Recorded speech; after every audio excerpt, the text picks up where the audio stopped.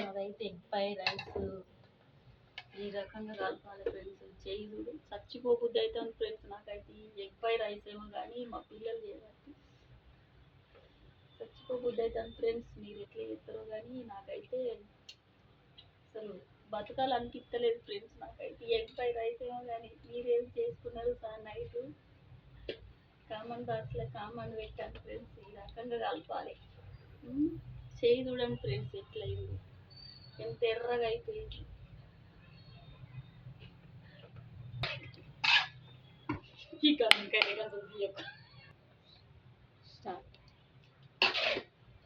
అదే ఫ్రెండ్స్ మేమైతే ఇట్లా చేసుకుంటాం ఎగ్ ఫ్రైడ్ రైస్. ఎందుకంటే మాది చాలా కదా ఫ్రెండ్స్, మా పిల్లలు చాలా పిల్లలు మంది, అందుకే మేము ఈ రకంగా చేస్తాం ఫ్రెండ్స్. మీరు ఎట్లా చేస్తారో కామన్ బాక్స్లో కామన్ పెట్టండి.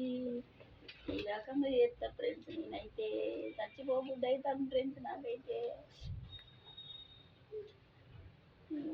బగ్గ మంటాను ఫ్రెండ్స్. అయితే ఎగ్ ఫ్రైడ్ రైస్ తోటి అయితే అసలు చెప్పరాని బాధ కానీ తప్పదు ఫ్రెండ్స్ నాకైతే.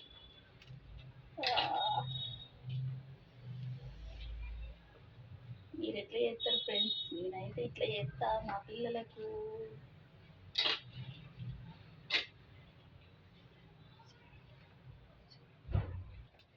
ఆంటీ మీకు కాలట్లేదు ఆంటీ, ఏం చేద్దాంరా మరి కలపచ్చు కదా, కలిపితే చేయి మొత్తం మండదా ఆంటీ మీకు? ఉప్పు కారం కరెక్ట్ కాదు, ఇట్లయితే కరెక్ట్ అవుతుంది, అంత సెట్ అవుతుంది. కానీ మండుతుంది, మంట కాదంటే చూడు ఫ్రెండ్స్ నా చెయ్యి ఎట్లయితుందా. ఆంటీ పాపం ఏం చేయాలి ఫ్రెండ్స్? ఇది నా బాధ, ఇది నా బాధ. ఏం చేయాలి ఫ్రెండ్స్? పాపం ఆంటీ. కామన్ బాక్స్లో కామన్ పెట్టండి. మీరేం కర్రీస్ వండిరు, మీ పనులు అయినాయా కాలేదా, కామన్ బాక్స్లో కామన్ పెట్టండి.